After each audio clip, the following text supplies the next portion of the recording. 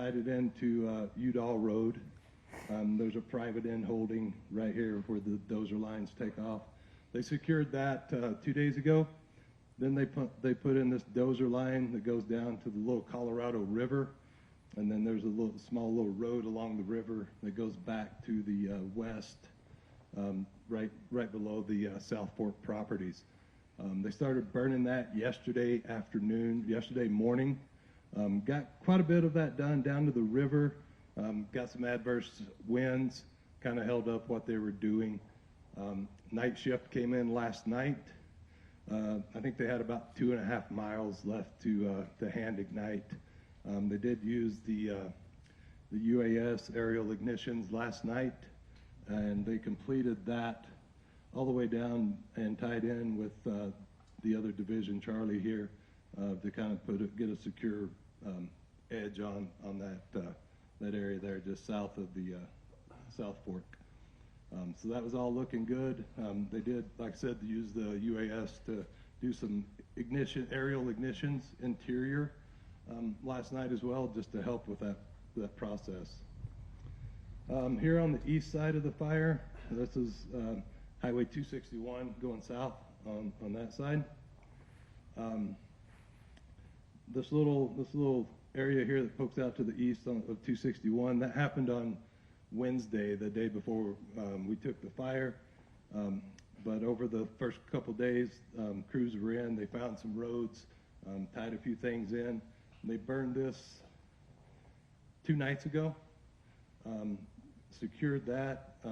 Folks have been on the 261 and this little slop over, just securing that yesterday, last night, and back in there today, making sure that that was still going to hold in place. So there was a couple spots here on the 261 that we got fire on the east side of, but all that is secured, and we are using 261 as the eastern boundary of fire line. So last night, crews came in. One of our objectives obviously with the winds coming in today, even some more winds tomorrow, some of our biggest concerns is obviously kind of this east side. And that was why we worked hard on Foxtrot there. And crews came in last night, burned off the Highway 261 down to the Forest Road 409. And that was the objectives, was to get a buffer in here for when the winds came. Those guys kind of went in and overachieved what we expected. So they got down to Forest Road 409 and burned to a road just east of the South Fork Road, back into the fire. This little hatch mark that we have drawn in is their burnouts from last night and also here. So the acres, this shows 15,000 something. The real acres are going to be a little bigger, probably around 18,000, I would guess, without seeing any kind of new infrared flights. All of this is holding well. Crews are in there today, patrolling, securing, mopping up, just making sure things stay in there. And I guess on another note, we do have a structure group that's been out in the south of Eager here, assessing houses, doing triage, making a good product to leave with the forest of homes and their assessments of what that might be. So that's kind of what's going on with the fire to date. Any questions?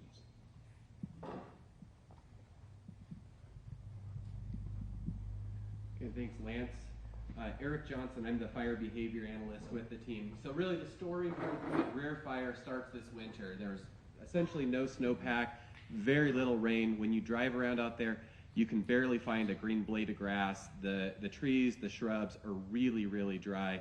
About 80% live fuel moisture, which means they're just barely on the edge of even live right now. So with that brings us to earlier this week when this fire started. As is normal for this area, it was gusty and dry winds. And we had a really significant wind event then. We had winds out of the southwest with gusts to over 40 miles an hour. And when you have that kind of winds, you get embers that are getting carried out in front of the fire a mile or more. So we had spot fires a mile out in front of the fire. Fire ran about 4.5 miles under that sort of event. Over the last several days, we've had a moderated wind situation, which has been good. So it's still gusty, still extraordinarily dry, but better. And especially at nights, we've had some really favorable conditions. Lance talked about the firing operations that have occurred to secure this fire, and that's really been because of those low winds and continued dry overnight to allow firefighters to bring fire out to dozer lines, to hand line that they had built, to roads, that sort of thing, to secure it. And all that's been in anticipation of the wind event that starts today. So as you drove in, you may have seen the mountain wave clouds up over there, and that's an indicator of how strong the winds aloft are. So we have very, very strong winds up high, and those are starting to surface. About 10 this morning, they started to come down here into Round Valley, and those are starting to show up on our weather stations. We have a few weather stations scattered around the fire area to help with our weather forecasting and to predict what the fire is going to do, and that's already showing up in there.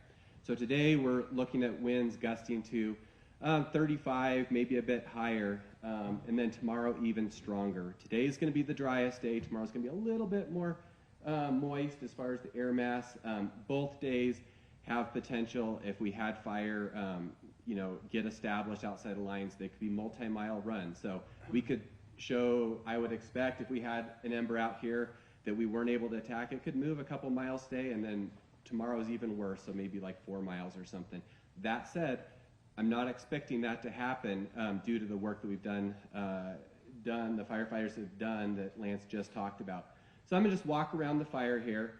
On the west side, which we're calling Alpha, out Greer area, all of this is looking really good. We had problems the last couple of days with fire down here in the Little Colorado River Canyon, just really tough country. Fire kept making runs out of that, brought fire along the highway to secure it, to make sure when the winds came in this weekend that they couldn't squirt out and carry fire up to the north. So that's looking really good this morning. Similarly, down in the canyon, it's just a continuation of effort. Firing last night with both aerial ignition with unmanned systems as well as on the firefighters on the ground. Brought fire, secured it down to dozer lines in there. That fire is still filling in this morning, which is some of the smoke you saw driving in. That's looking really good. The concern there is with the southwest winds, it aligns with this canyon. It could bring fire, I was talking about that multi-mile potential, could bring it right into Eager, and that's really concerning. So that's been a focus.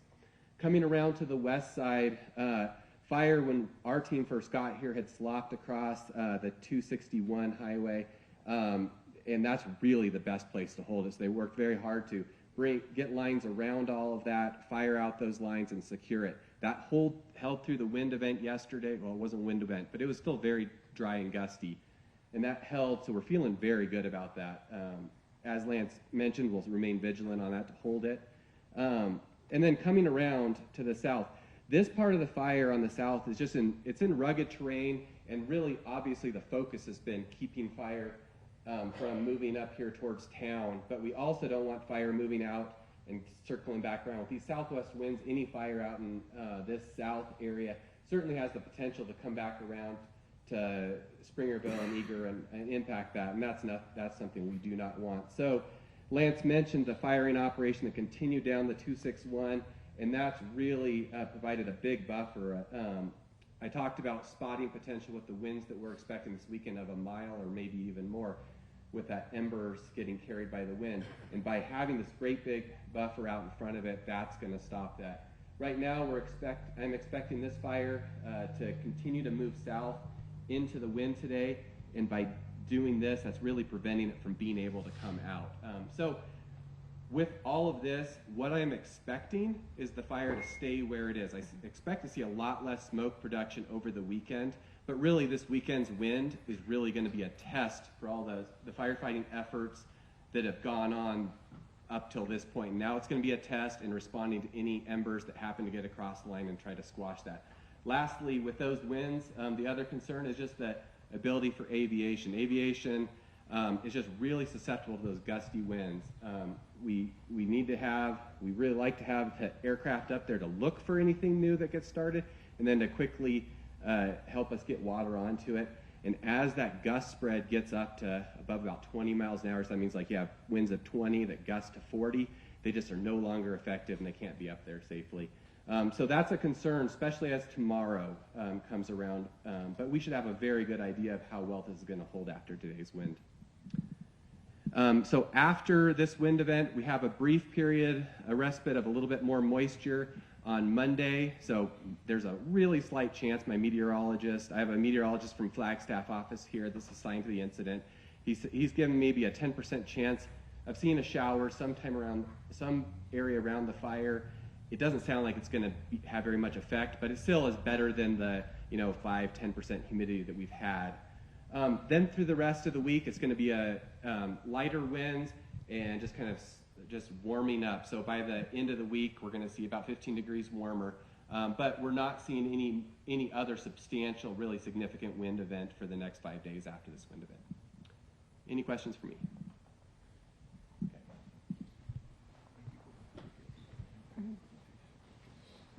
Yeah, okay. Thanks, Eric.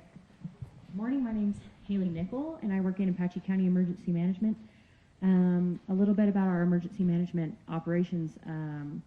Tuesday, we were on our way to a meeting in Sholo, which is about an hour west of here, and we quickly got turned around and at the sign of smoke. So we got down the mountain and got our computers, quickly headed back to Greer, immediately set up our command in the passenger seat of a car, got Starlink up, and we were sending evacuation notifications while zooming to Greer as fast as we could. Once we got there, we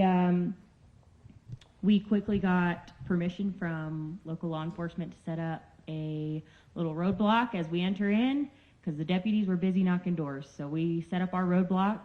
We were flagging down cars. We were running through the woods, knocking on doors too, doing whatever we could. You won't find another emergency management or even county like Apache County in the entire state of Arizona. We do what we can with the people that we have, because if we don't do it, nobody else will. We have relied extremely heavily on our partners in this response. Our partners from our probation department running our donations management, to the health department helping out, to Supervisor Davis's office and our District 3 Roads Department. We can't do it just our office. We talk about finance section, logistics, operations, all that. That's 2 people. We do all of it. And so relying very heavily on our partners and our fellow county employees. We've also opened 2 shelters. One is in St. John's, which is about 30 minutes north of here, and one in Alpine, which is about 30 minutes south of here. And so those are open for evacuees.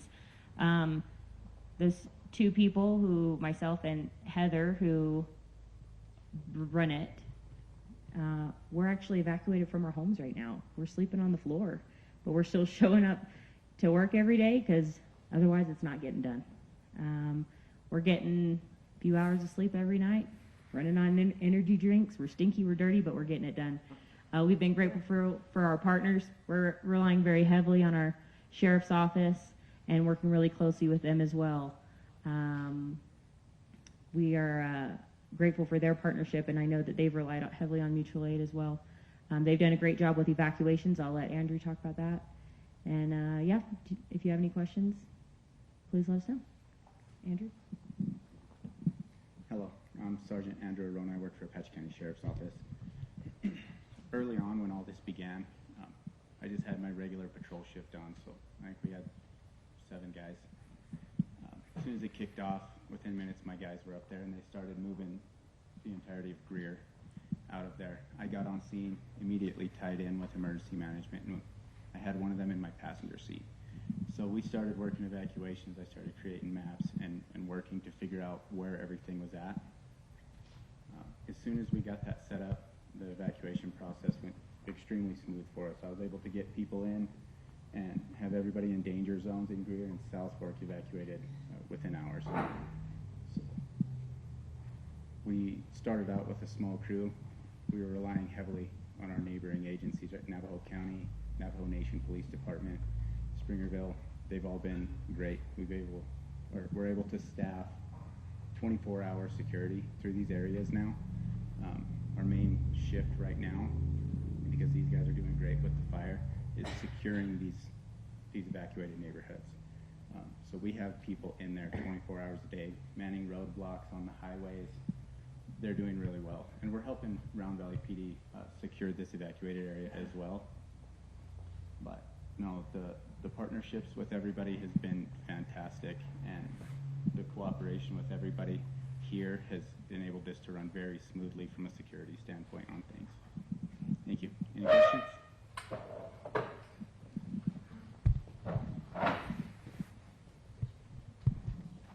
All right, good morning, everybody. Governor Hobbs, thanks for coming. Tom, great to see you again. Even in the blue uniform. Still look good. All right, so thanks. I'll start there. Thanks for coming. This means a lot to us, means a lot to the community, means a lot to the firefighters. They all know you're here. Well, they don't know you're here right now, but they know you're coming today. And, you know, these folks that do these jobs don't do it for the money.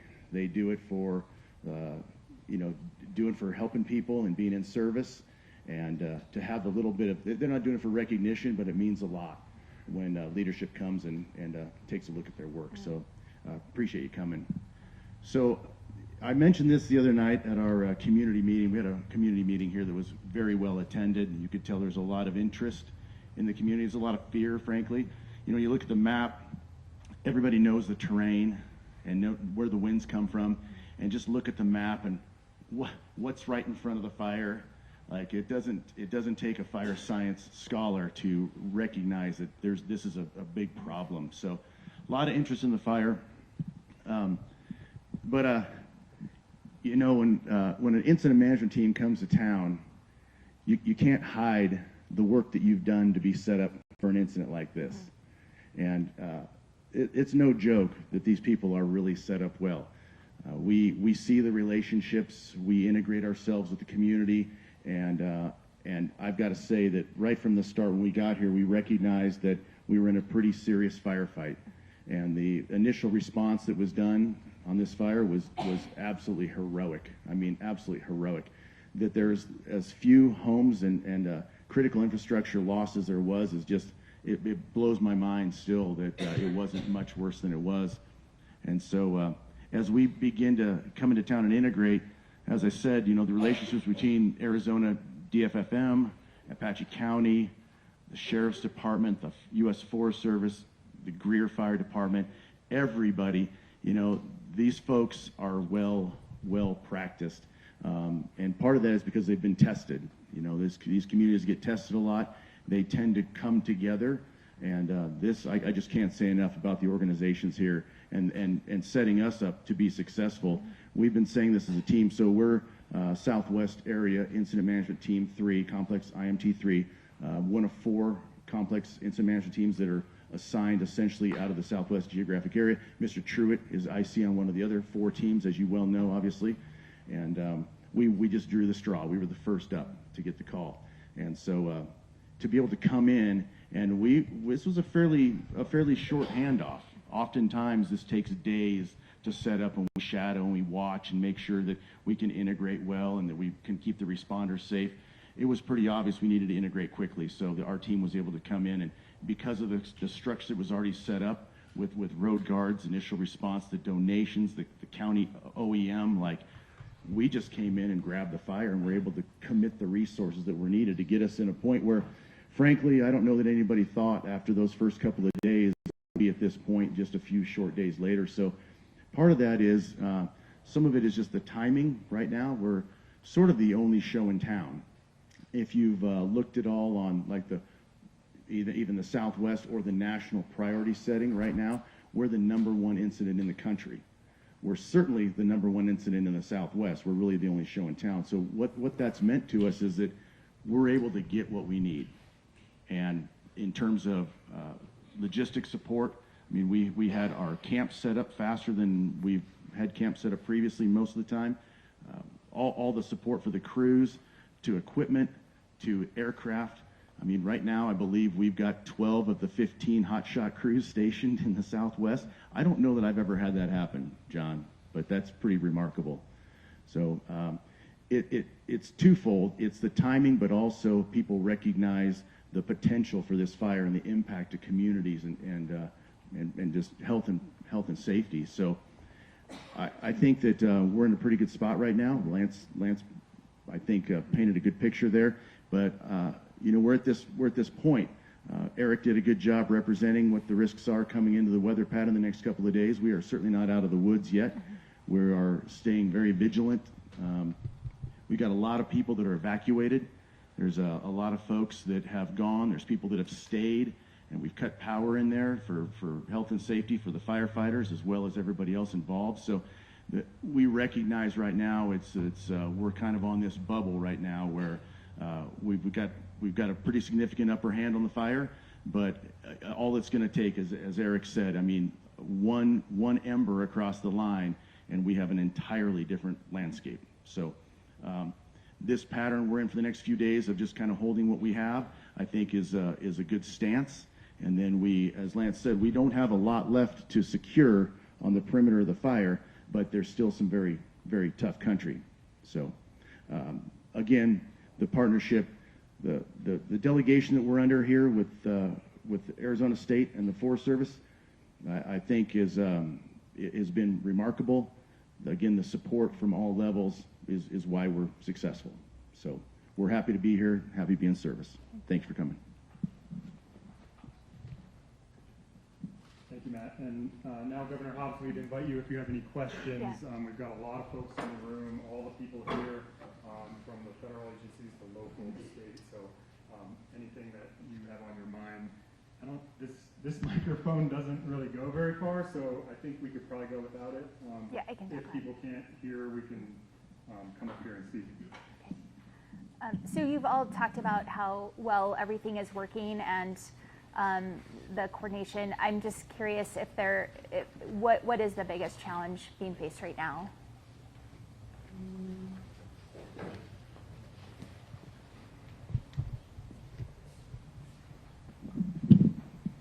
I think, frankly, the biggest challenge we have right now is the weather. Mm-hmm. The uncertainty of the weather.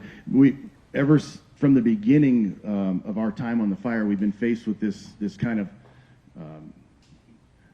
this really crux decision whether or not we apply fire on the ground to stop the fire, or do you not apply more fire on the ground because it might make matters worse. That's not an uncommon decision we're faced with on most fires. That's how we suppress most wildland fires, is with fire. Yeah. And it's not, I can tell you, John can say the same thing, I know we've both been on this receiving end of this, of applying fire with good intentions and then have an unintended outcome because of what we've done. It's a bad place to be, but the way this thing was moving and the way it still has potential to move, you have to make those really risk-based decisions. And in this case, the application of fire, like burning this piece, burning the Highway 260, none of these go without a tremendous amount of thought and analytics to make sure we're doing the right thing. And we've just been able to capitalize on these windows. And we burn in the morning and then hold it through the afternoon when the winds come, then burn all night long and then hold it in the afternoon. So I think that's our biggest challenge right now is just the unknown of the weather. Yeah. And I know my team's been in constant communication with all the partners, making sure we're providing resources as much as we can. We've been in contact with Apache County just on the need for emergency declaration. We just made that this morning. And so just curious if there are other unmet needs that we should be helping to secure. I think I'm probably speaking out of turn for the Forest Service and the state, so please back me up on this one. But from my perspective here, I think we're getting what we need to suppress the fire. But that's just the very beginning of what I think is the longer term needs here. There's going to be a lot of restoration. There's going to be a lot of rehabilitation. There's going to be a lot of downstream effects after the fire, obviously. So I know that the declaration is going to help with a lot of that stuff. Yeah. The Forest Service can come to town with their BEAR program to help with a lot of that emergency stabilization. And then as I look further out, again, the team comes in and we're unbiased. We look at everything and kind of can be that other eye. I think there's going to be some increased community awareness. There's going to be community wildfire mitigation. It's going to be very helpful on the heels. After a large fire like something like this, people are really in a good place to talk about grants. They're in a good place to talk about how we all work together for future mitigation, for future events. Yeah. Good morning, Governor. Appreciate you coming, and it means a lot. Just want to say thanks to everyone that's in here. We've been working with Lehigh off and on for a long time, and he's our go-to guy. He gets us in the mix when we need to be there, and law enforcement's been outstanding. As the emergency management director, I've been in good contact with Gabe, working on certain things, and I think I spent half of my budget in 4 days. I mean, we had 55 people on the ground related directly to law enforcement, and we were thankful that the sheriff's office, Andrew, brought in Navajo County, we brought in Navajo Police Department, the local PDs with Brandon Eager's people have been here, and we've worked night and day. But in the back of our mind, we're worried about if we're going to run out of money to finish this thing. So, and I know you know this, Gabe knows that we've talked to him, and there's been some indecision on when we set up our incident command, when we did this. We started right from the beginning. I mean, there's pictures and stuff out there of these people risking their lives, and it was, I've been in a lot of fires, you know. I helped Gary Butler and the Rodeo Chedeski. We were here with the Wallow. This was a crazy start to a fire, and how we got as lucky as we did to get those people out of there, you know, I think, you know, we were blessed. So it was an emotional deal for the citizens. You know, there's a lot of trauma in this community. You know, it goes way back. That fire hasn't just scarred the mountain, it scarred the community. And we've come together good. I mean, we've met a lot of new people, a lot of new friends. And Supervisor Davis has been here with our county manager every single day trying to help us. So when this is over and this thing gets put out, we all know that there's financial obligations that we have for the communities and to recover from this. And we're just asking you to be considerate with the communities. And your presence here shows all of it for us. Thank you. And we really appreciate it, and we'll work close with Gabe, but, you know, we are a poor county. Yeah. And we need your help. Thank you. Yeah. So I understand there's been a number of mitigation projects implemented by both U.S. Forest Service and the State Department. How have those projects informed kind of how you approach this fire? Okay. I can answer the tail end of that Okay. part. I'll answer the tail end of it, but I mean, the experts in here are not me on that. That's like Lehigh and Travis and Dusty and others. But initially, when we began to look at what our options were here for holding features and containment line construction, the Apache Sitgraves provided us with some very detailed options. Their prescribed burning and hazardous fuels mitigation program is on par. I work for the U.S. Forest Service. I live in Albuquerque. I manage a forest over there, and I look at these guys' stuff, and I'm making notes. Like, these guys are really way ahead of a lot of folks. So this is a great example right here. The reason we were able to take a chunk like this, even ahead of predicted weather like we've been talking about, is because of their active fuels management. Rob, you guys burned that just a couple years ago, something like that. It's the only reason we were successful at keeping fire really out of Water Canyon, frankly. And all these homes that are in here, like this, I mean, it's tremendous loss in there. And I'm going to say, without a doubt, the only reason that we've been successful is because of their active fuels management program, their hazardous fuels reduction, prescribed burning, et cetera. That's on the Forest Service side. Can't speak, Lehigh, much to the state side, but I know that up here there's been a lot of treatment on the top. We talked a little bit about the last year of coordination between, like, you and Johnny and the work you've done in that interface area. So there's just been a tremendous amount of coordination at the federal and state level around this fire, and that's frankly what's caused us to be successful. Great. And will that mitigation also have impact on kind of the post-fire impacts as well? Yeah, absolutely. So without treatments in a lot of these areas, and I'm just focusing on one place. There is treatments all over Yeah. this landscape, but what you'll see is post-fire, we'll produce maps. There's burned area maps, and you'll be able to look at the severity. And I think what you'll see, a fire like this, it's hard to talk about the good effects of the fire. Right. The public doesn't want to hear that. Yeah. There's good fire and there's bad fire. This is bad fire. This is bad fire. A lot of people out of their homes lost, infrastructure damage. But on the inside of this, there's good fire. There's good fire that's going to help these communities be resilient down the road. It's hard to say, even with the Wallow fire. The Wallow fire was a bad fire too. But the Wallow fire is part of the reason also why we've been successful in catching this fire, is because, it pre-treated the landscape, if you will. Maybe not in the way that we would have done it on our own, but the landscapes that were treated, with prescribed fire, thinning, whatever, that's helped reduce the intensities. So what you'll see, there's an intact ecosystem still. Even after a fire that we call a bad fire, there's intact ecological functions still. Watersheds are going to function. The overstory of the trees are still largely intact. There's a little bit of high severity, but for a wildfire that as you've heard, started as just total catastrophic situation, the outcome of that, because of the active fuels management and the treatment, is on the ground ecologically is actually going to be pretty good. That's hard to say on fires like this. Yeah. Yes.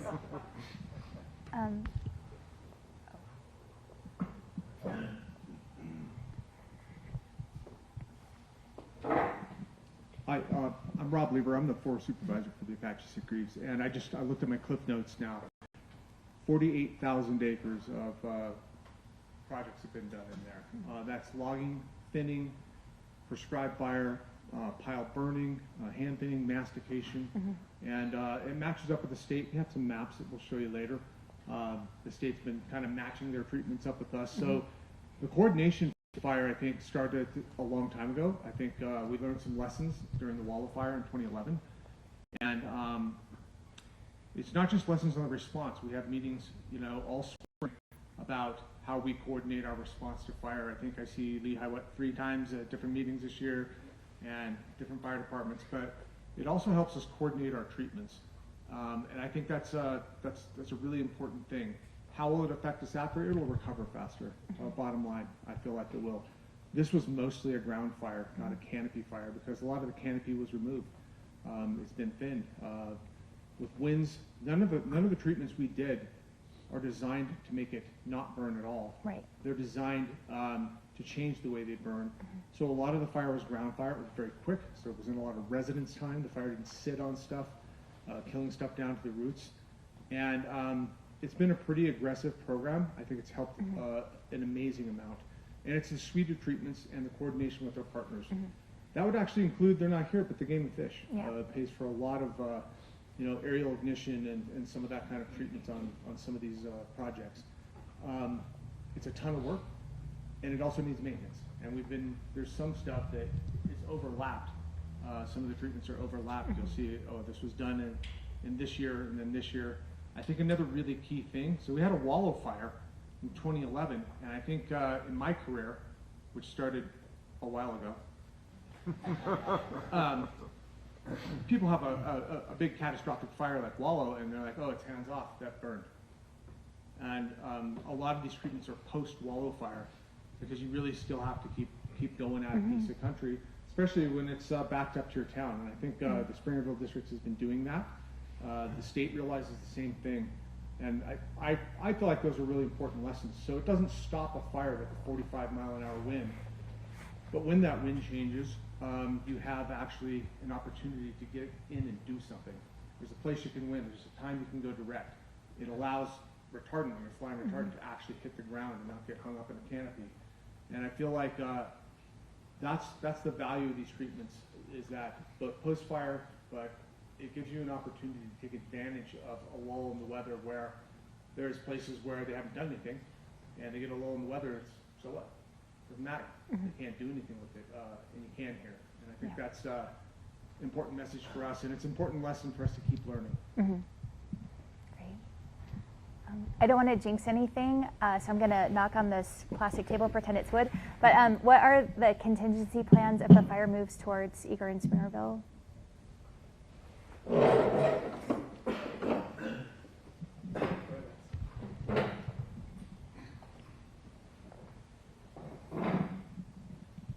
So I talked a little earlier about the structure group that's been here in south of Eagle and all of this country. So those folks have been putting into place sprinkler kits. They've been assessing, what it would take, one, for evacuations to get people out safely, what it would take to, what resources it would take to get in and protect structures where, where it's safe to do so. So those folks have been out doing that around structures and that, not just here, but I mean all the way down this east side. We've had folks, a contingency group, scouting out other lines further south that we could use as control features, as well as what roads and features that we could use out to the east. If something were to get across 261 or any of that. So we've been preparing for the what if, I guess would be the right word. Because I don't want you to jinx it either. But yeah, so the folks have been out preparing for that, just in advance, and have those plans in place if that were to happen.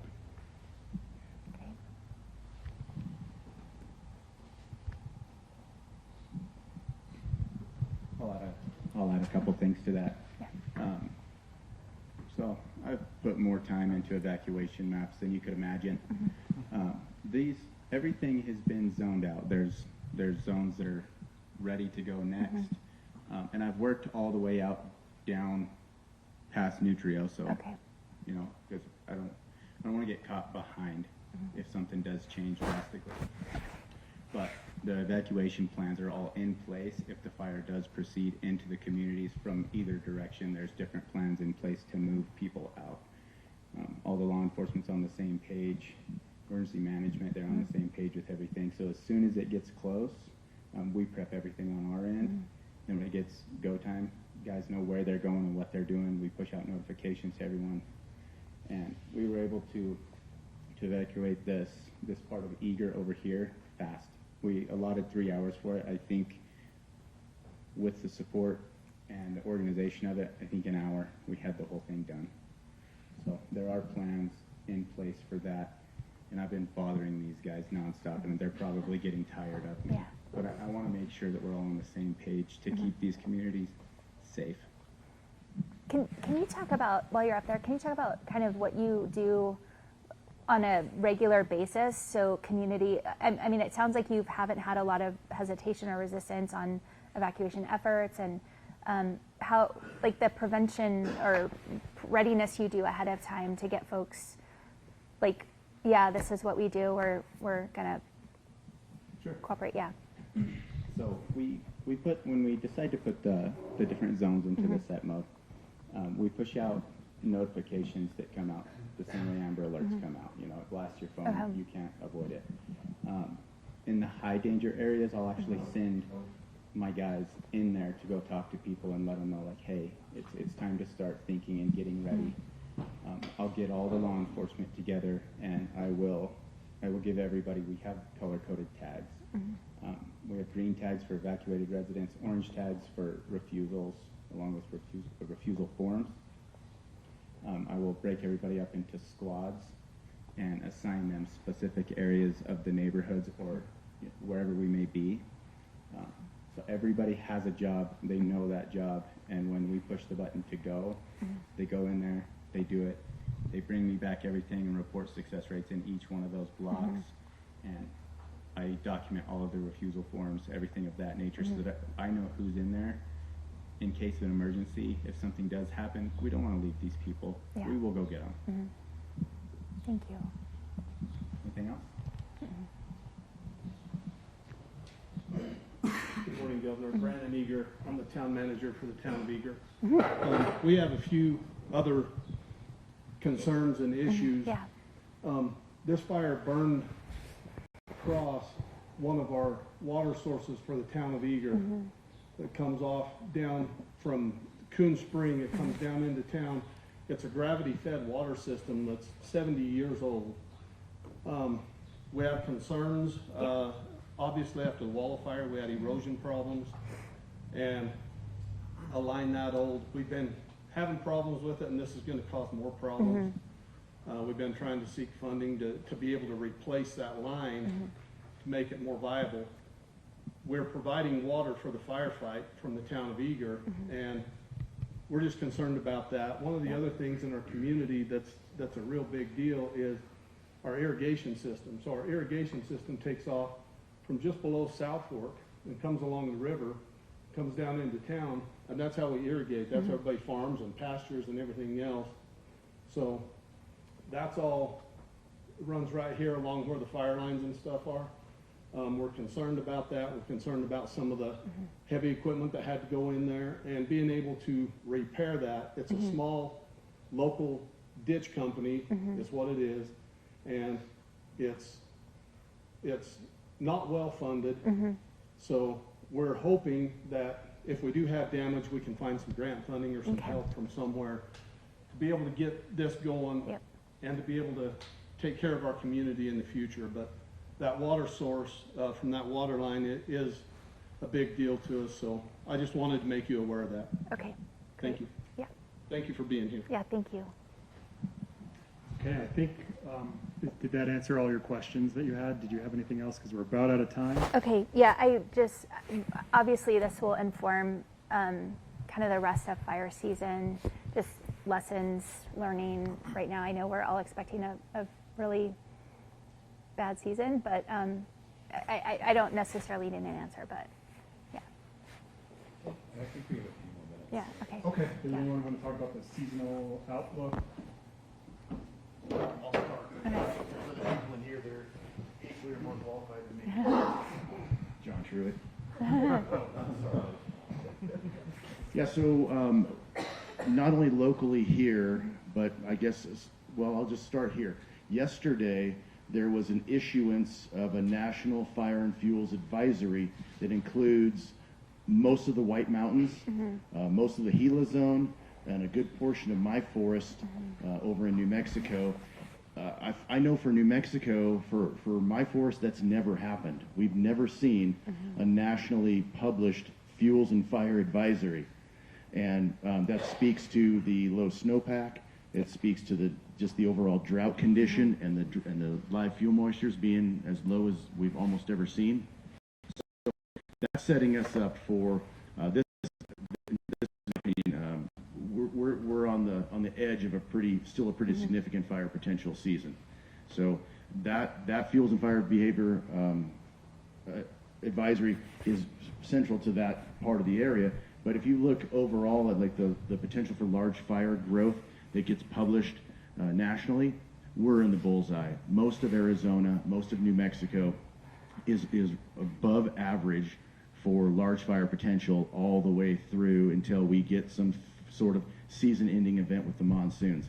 And even then, if you're in a place that doesn't get a season-ending event, it's just going to keep going. So I unfortunately, this type of fire behavior is probably not, this is probably not the last you're going to see of this throughout the state of Arizona. I'd say pretty widespread. John, you want to say anything else on that? Okay, Tom? Matt, I'll add something to that. And so we are, as you rightfully said, expecting a pretty busy fire season from now until, let's say, the next 6 to 8 weeks, especially through the month of June. One of the things we're doing, and I just want to, maybe before I say that, Matt, I want to say thank you to you and your team for showing up and helping us and helping the community of Eager, Greer, and Springerville. It means a lot. And that actually helps the state, it helps the Forest Service be ready to respond to other fires that may happen across the state. As was mentioned, we're in red flag conditions for a significant part of the state of Arizona. Just so folks are aware, one of the things we've done at DFFM is we've pre-positioned 2 task forces across the state that are in place right now. We have a task force down in the Tucson area.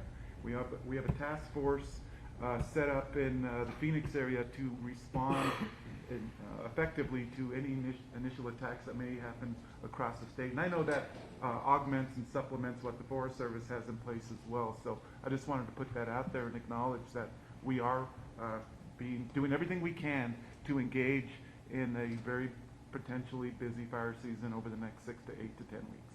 So thank you, Matt. Hey, Matt, can I just add something to that, Director? Sir. So what we've done, Governor, at the beginning of the season, we coordinate these meetings that Rob was talking about.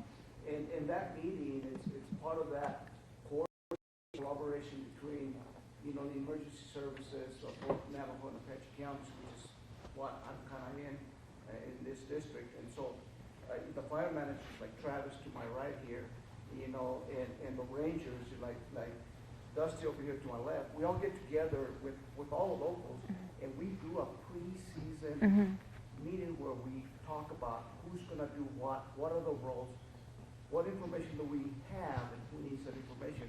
When the fire kicked off, there was no argument with nothing. Travis was the first one there. He took the fire right off the bat. There was nothing there. When I showed up, emergency services were already there, and that caravan of vehicles going in to get people out. So it worked out well. The fire event was it could have been catastrophic if it wasn't in the location where it started. And so, I was telling Matt, when I sat up on the mesa trying to help and just boulders were rolling with the wind. So that's how strong that wind was. So just to kind of give you an idea. And I just wanted to add that. I didn't get to. Thank you. It's just, that's the coordination that happens between all the agencies, So I just wanted to put that out there. Thanks, Leon. I just want to express my gratitude to all of you, but also all of those folks on the front lines that are probably really tired right now. And I hopefully will get a chance to say thank you personally to some of them today, but I know not all of them. So if you would please convey that to everyone out there fighting these fires. And I think just everything we've heard today is just such a testament to the partnership and the coordination that doesn't just happen when in the middle of a catastrophic incident, but that is ongoing on a regular basis. Because if it hadn't been, you wouldn't see the level of partnership that's happening right now on the ground. So just really thank you all so much. And I know that there have been some homeless, and I'm committed to helping ensure that those families have the resources they need post-fire. So we'll be working on that as well. So thank you all so much. If I may, Governor, hi, my name's Ross Greer, I'm the Chief Deputy here at the Patton County Sheriff's Office. First of all, I want to thank you for coming out, but on behalf of the Sheriff's Office, for all the leadership here, our number one concern is life. So I'm grateful for all the resources that are here, who are trying to protect that, and also the property, the resources, and all that. And I appreciate you coming out. But as we go further on into this operation on law enforcement side, as it becomes sustained, we're going to need that assistance to bring in other agencies to what we're planning for. Yep. So thank you very much, and anything you do to assist us will be tremendous help to all of us and the communities. And we truly care for everyone who's affected by this. So thank you, Governor, for coming out. Yep. Okay, great. Well, that concludes this portion of the briefing. There's going to be a field tour, and we will gather up kind of outside and head out. So thank you. Thanks.